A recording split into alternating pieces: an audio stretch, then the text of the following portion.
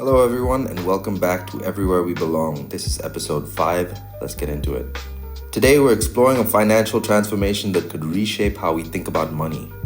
The United Arab Emirates has just unveiled a new symbol for its dirham, a design that beautifully merges tradition and innovation. The Central Bank of the UAE isn't just creating a new currency symbol, they're pioneering a digital currency that could redefine financial transactions for our global NRI community. Built on blockchain technology, it's designed to enhance financial stability, improve inclusion, and combat financial crime. The digital dirham will be legally recognized alongside physical currency, available through banks, exchange houses, and fintech firms. But the UAE isn't alone in this digital currency journey. A recent study reveals that 134 countries are now exploring central bank digital currencies, with 66 in advanced stages of development or implementation. The implications are profound, especially for the NRI community. Imagine sending money home instantly with lower transaction costs, enhanced security, and greater transparency. The digital dirham, for instance, will use tokenization to allow fractionalized access to digital assets, potentially making international transfers easier and more affordable. 3 countries, the Bahamas, Jamaica, and Nigeria, have already launched digital currencies. The European Central Bank is preparing to introduce the digital euro, positioning it as a complement to cash rather than a replacement. Their goal? Reducing dependence on non-European payment providers and offering a universally accepted payment option. For NRIs, this could mean unprecedented financial flexibility. Smart contracts embedded in digital currencies like the UAE's digital dirham could automate complex international transactions. The global interest in digital currencies has more than tripled since May 2020. As we continue to monitor this financial revolution, one thing is clear: the future of money is digital, and countries like the UAE are leading the way. Let's get into the news bulletin with a few items we're sure will grab your attention. Air India's strategic pivot targeting the global Indian diaspora. Air India is embarking on an ambitious transformation strategy, directly addressing the needs of the 35 million strong Indian diaspora worldwide. In a recent interview with Bloomberg CEO, Campbell Wilson revealed the airline's innovative approach to competing in the global aviation market. The carrier plans to leverage competitive pricing as a key differentiator, offering more affordable fares to attract international travelers while simultaneously investing in significant fleet expansion. The airline's growth trajectory is impressive, with a massive aircraft order of 570 new planes, including 350 Airbus and 220 Boeing jets. Currently operating 56 domestic and 44 international destinations, Air India has dramatically increased its weekly flights from 323 to 750 since its acquisition by the Tata Group in January 2022. The strategic focus has been on expanding routes to the Middle East, Southeast Asia, and SAARC regions, with particular emphasis on creating more efficient travel experiences by reducing airport transfer times to within 180 minutes.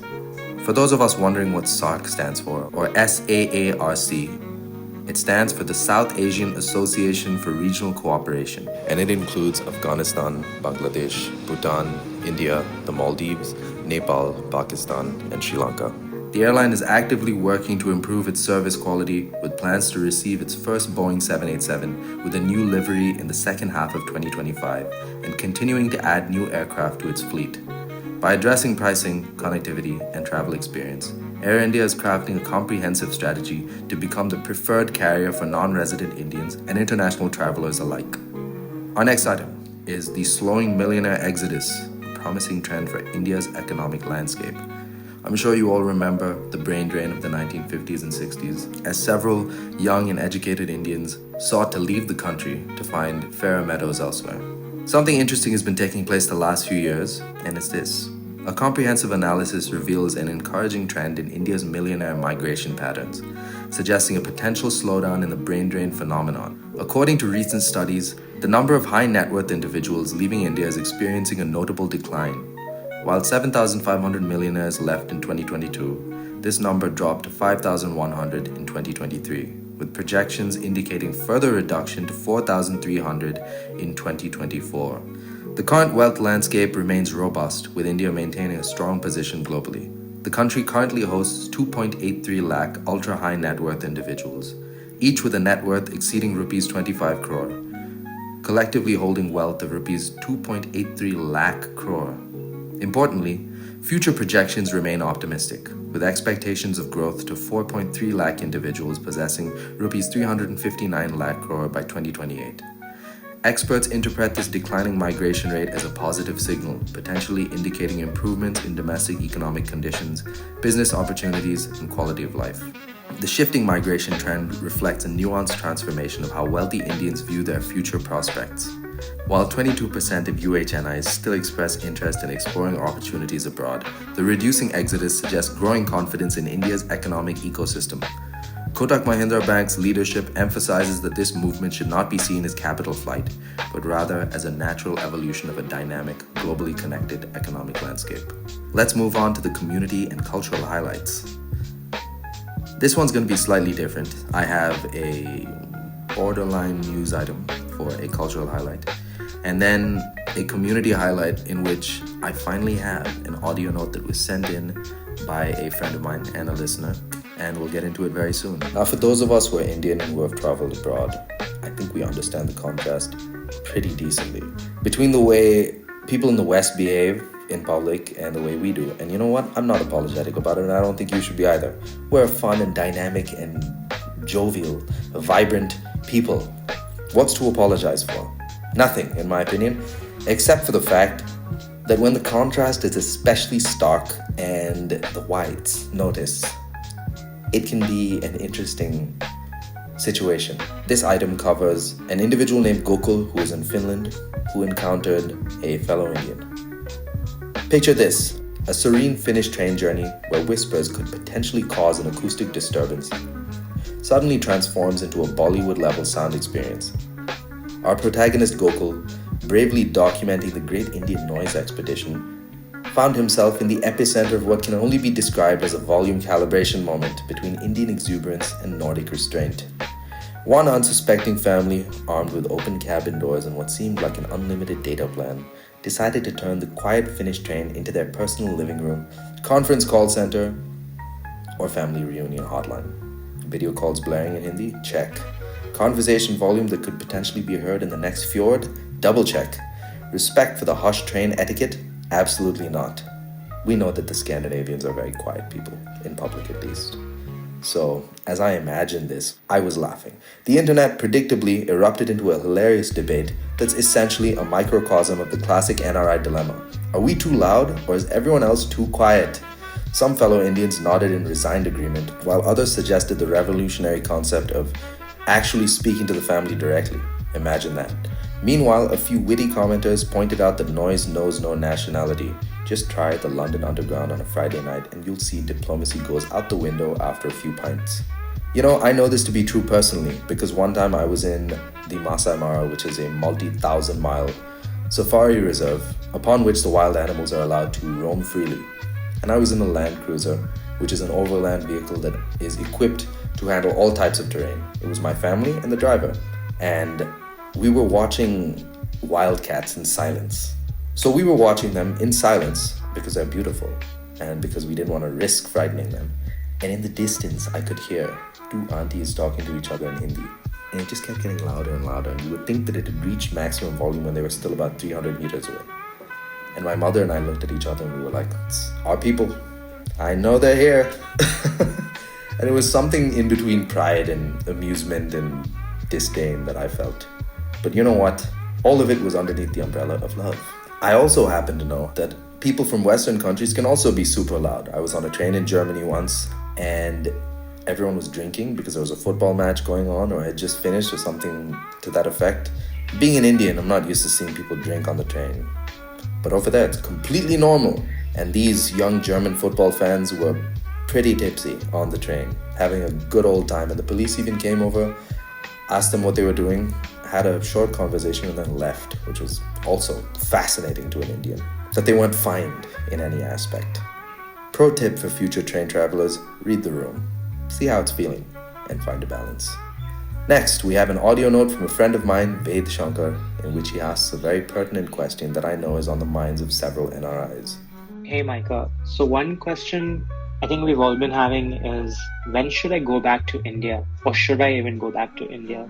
And it's really complicated with the way job markets are working outside India and the and just the political situations in certain countries. And one framework that can be used is something called the 5 forms of wealth. This is talked about by different people like Sahil Bloom. And the idea is basically money is not the only form of wealth. There's also other forms like time or energy or the opportunity to be with your family. And these are all different forms of wealth that people can gain when making a decision. So then the real question is actually, what do you value? Thanks, Faith. Conversing with you directly is our pleasure. Considering the fact that I myself am not currently an NRI, and I may not have the most comprehensive answer considering my budding financial understanding, here's an answer from our well-read and experienced COO, Savitri. Hey Micah, thanks for asking me this question. I've spoken to a lot of NRIs recently, and this is definitely one of the things that they keep thinking about and wondering about. I think what I have gauged from all of it is that you kind of the problem arises when you value a couple of things. Like most of them definitely value their families who are back home, spending time with their families, but then they also value career growth and money that comes with it, which is of course much higher in a lot of these countries like UAE and the US. So I feel like finally it really boils down to how consistently your heart and your mind is saying the same thing. So I would say that if you constantly have this voice at the back of your head asking you to go back home and it continues for maybe a year or more, then you seriously need to question whether money or career growth is something that you value. And if it just comes in phases, then I don't think that's too much to worry about because that happens to all of us. You know, emotions are furtive and sometimes you feel one way and sometimes you feel another way.